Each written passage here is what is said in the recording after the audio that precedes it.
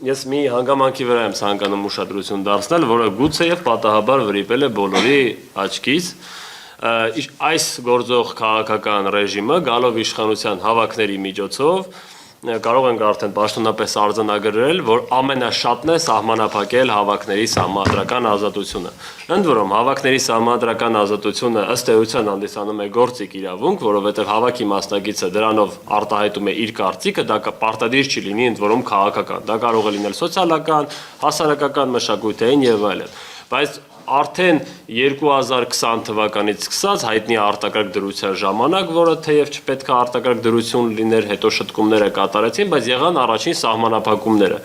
Հետո թարմացնելով բոլորիս հիշողությունը պետք է հիշեցնեմ, որ 2020 թվականի հոկտեմբերի 8-ին ռազմական դրություն հայտարարելու մասին կառավարության որոշմաններ դրվեցին սահմանափակումներ, որոնք պատերազմի նոմինալ ավարտի նոյեմբերի 9-ից 10-ից հետո դարձան քաղաքական ռեպրեսիայի գործիք, քաղաքական ուժերի եւ այն անձանց համար, ովքեր մասնակցում էին հավաքների եւ կամ անգամ Facebook-ում կամ որևէ այլ սոցիալական ցանցում քննադատում էին գործող իշխանությանը, հարուցվում էին քրեական գործեր հավաքներին մասնակցելու համար կամ քննադատելու համար եւ անձինք փաստորեն զրկվում էին ազատությունից կամ առնվազն ենթարկվում էին քրեական հետապնդման, իրենց կարծիքի արտահայտման ազատությունը կամ հավաքների անցկացման սահմանադրական իրավունքը իրացնելու համար։ Այդ մասով ժամանակին մարդու իրավունքների պաշտպան այն ժամանակվա պարոն Թաթոյանը դիմել էր սահմանադրական դատարան, ես, պարոն Արծվիկ Վինեսյանը, պարոն Արթուր Ղազենյանը դիմել էինք վարչական դատարան, թե սահմանադրական դատարանը արձանագրեց, որ հավաքների եւ կարծիքի արտահայտման սահմանափակումը հակասահմանադրական էր, վարչական դատարանը արձանագրեց, որ դա ոչ իրավաչափ էր։ Հետո փաստորեն իշխանությունը գնաց արդեն նոր սահմանափակման, ինչպես մեր գործընկեր պարոն Հարությունյանը շատ մանրամասն ներկայացրեց, սկսեց հավաքների ազատության կարգավորման արտակուս նորմալ ընթացակարգ, օրենսդրական կարգավորում իբր նյութապես շահագրգռելն ենք փորձում կանխել, բայց դրա անորոշությունը բերեց սահմանադրական անվտանգության համակարգի լիակատար փլուզման։ Երբ մենք այժմ ունենք Հայաստանի Հանրապետությունում գտնվող բազմաթիվ անձինք, ովքեր կալանավորվել են, անգամ պարոն Չալաբյանի մասով, պարոն Հարությունյան, եթե չեմ սխալվում, կա մեղադրական վճիռ, որը բեկանվել է վերաքննիչ դատարանի կողմից, այժմ վճռաբեկ վճռաբեկ դատարանն էլ մի տարի է սպասում է սահմանադրական դատարանի որոշմանը։ Սահմանադրական դատարանն էլ սպասում է Վենետիկի հանձնաժողովին, սպասելով։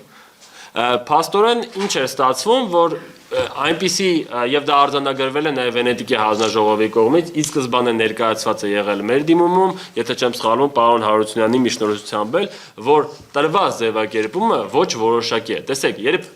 օրենսդիրը կատարում է նորմատիվ իրավական փոփոխություններ օրենքում, ապա այն պետք է լինի այնքան որոշակի, որպեսզի հասարակության ներկայացուցիչների դրա հասցեատերերի համար հստակ եւ պարզ լինի, ինչպիսի գործողություններ անելն է իրավաչափ, ինչպիսի գործողություններ անելն է արդեն ոչ իրավաչափ, իր մեջ պարունակում իրավախախտում կամ հանցագործություն։ Այս դեպքում իշխանությունը այնպիսի կարգավորում էր մտցրել, որ հավաքի կազմակերպիչը, որը ողջամտորեն պարտավոր է հոգալ հավաքի մասնակիցների կամ կարող է հոգալ հավաքի մասնակիցների կեցության ծախսերը, սննդի ծախսերը կամ այլ որոշակի ծախսեր կատարել, այդ թվում տեխնիկայի հարցեր լուծել օրինակ, դա տրված իրավակիրառ պրակտիկայում տրված մեկնաբանությամբ հավասարեցվել էր հանցագործության։ Եվ այո, թվարկված անձինք հետապնդվել են այնպիսի գործողությունների համար, որոնք ողջամտորեն տեղավորվում են հավաքի կազմակերպման իրավաչափ կոնցեպտի մեջ, օրինական կոնցեպտի մեջ եւ որևէ պարագայում չէին կարող դիտարկվել որպես իրավախախտումներ, առավել եւս հանցագործություններ։ Այսինքն սա եւս մեկ անգամ ապացուցում է եւ Վենետիկի հանձնաժողովի կողմից արդեն իսկ արձանագրված է եւ դրանից տրամաբանորեն բխում է, որ իշխանությունները օրենքի անորոշությունը օգտագործել են քաղաքական օպոնենտներին թեկուզ եւ ժամանակավորապես չեզոքացնելու միջոց։ Սահմանադրականության եւ օրենքի տեսանկյունից սա ամենավտանգավոր մոտեցումն է, երբ որ օրենքը սկսում է ծառայել ոչ թե ամբողջ հասարակության շահը գեներացնելու համար, այլ կոնկրետ որոշակի քաղաքական ուժի շահերը սպասարկելու եւ այլ քաղաքական ուժերին կամ անհատներին քաղաքականությունից կամ հասարակական կյանքից հեռացնելու միջոց։